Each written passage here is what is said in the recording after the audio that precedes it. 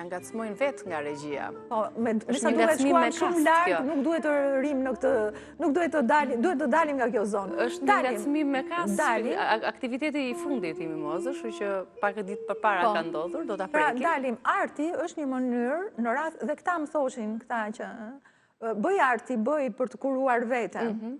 Po pse mos bëj? Dhe në fillim më duk shumë fyse që mund të më adresoheshin me këto ngacmime. Po pastaj mendova, po pse mos bëj artun për shpirtin tim? Po çdo njeri mund të jenë të pakuptuar, le të themi, nga ana e të tjerëve. Dëgjoj, puna është që ai që s'kupton është i këndshëm, po ai që kupton dhe i vjen keq, këtu jemi Kiziliazez. Po u kthehemi prapë te kjo. Në fundit, pse mos bëj njeriu art për vete?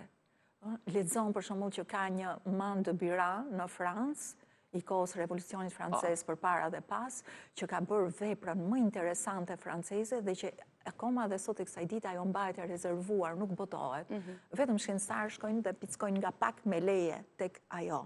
Pra, kuptojmë që një grua që qëndis fustanin e saj, një tjetër që bën një centro për tryezën, një tjetër që bën një oj për dritaren e saj, një tjetër që bën qëllimin e shtëpisë, një tjetër që shkon bën mbulesat, ka dhe rregullime moderne.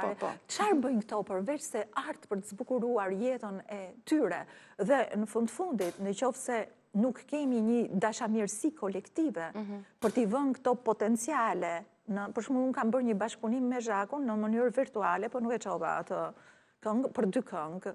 Se ajo prit shoqit që e ka Gjerman dhe DJ, ka mësuar dhe vetë tani që të përdori muzikën dhe ka bërë shumë këngë të vetat. Po unë kisha një lloj skepticizmi rreth asaj produktit që ajo do më sillte. Dhe kënga ishte jashtëzakonisht e bukur. Kishte marrë me filtra nga zëri im, duke krijuar opsione zanore, që ishe zëri im, po që nuk e kisha të asaj linje vetë të krijuar. Pra, për shembull, në televizion është një orkestër. Unë kam 2 albume muzikore. Ëndra ime do ishte që kjo orkestër të më vijë në dispozicion, që unë të bëja një koncert me këtë orkestër të radio-televizionit. Po duke se është një kërkesë e pamundur. Pra, do me thënë, teorikisht tonë po praktikisht është më e vështirë. Shiko, meqense përmend Zhakun, jo të them diçka, që potencialet janë të jashtëzakonshme. Njeriu lind dhe mund të vdesi me një potencial embrional që nuk e ka hapur për të tjerët, se po mos ishte kështu, nuk shkruan për gra anonime, libra ose ese ose tregime të paimagjinueshme.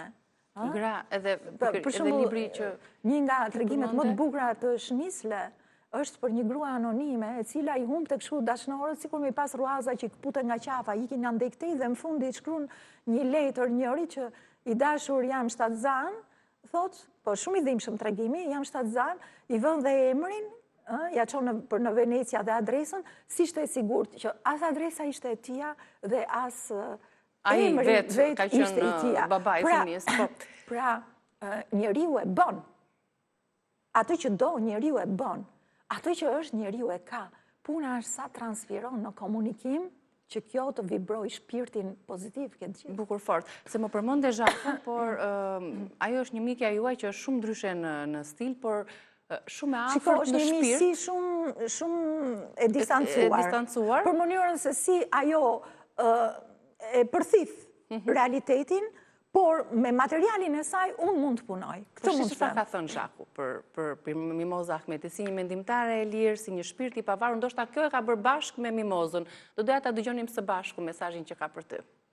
Dashur Moza, ti e di shumë mirë sa shumë të kam adhuruar gjithmonë, se si qysh në adoleshencën time të hershme kam nisur të njihem me veprën tënde, të njihem me figurën tënde, personalitetin tënd nga larg.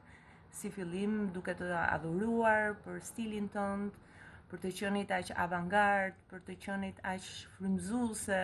Ti je një ndër njerëzit e parë që e çliroi shoqërinë shqiptare, si më thënë, nga një lloj kompleksi, nga një lloj ndrydhje. Ti je artiste shumë dimensionale, njeri i jashtëzakonshëm, një enciklopedi.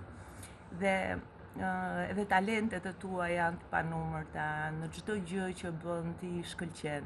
Jam shumë mirënjohëse dhe e lumtur që njihemi, që ke qenë ti një ndër frymëzimet e mia më të mëdha, që vazhdon të jesh një idhull për mua, edhe tani mbasi jemi njohur, pra vlerësimi për ty vetëm shtohet dhe mirënjohja që ti ekziston vetëm shtohet. Të uroj që të kesh gjithmonë më shumë suksese, ti ke arritur shumë suksese në jetën tënde edhe si autore, si shkrimtare, si poete, si autore këngësh, si piktore e arzakonshme, edhe si profesore. Pra, falenderoj Zotin që të kemi dhe të uroj shumë suksese në jetën tënde, në krijimtarinë tënde, të dua shumë dhe me zipresje të vazhdojmë planet tona për albumin.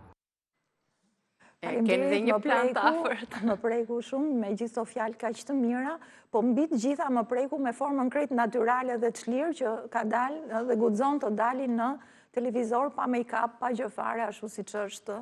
Kjo është një vlerë. Detajiste.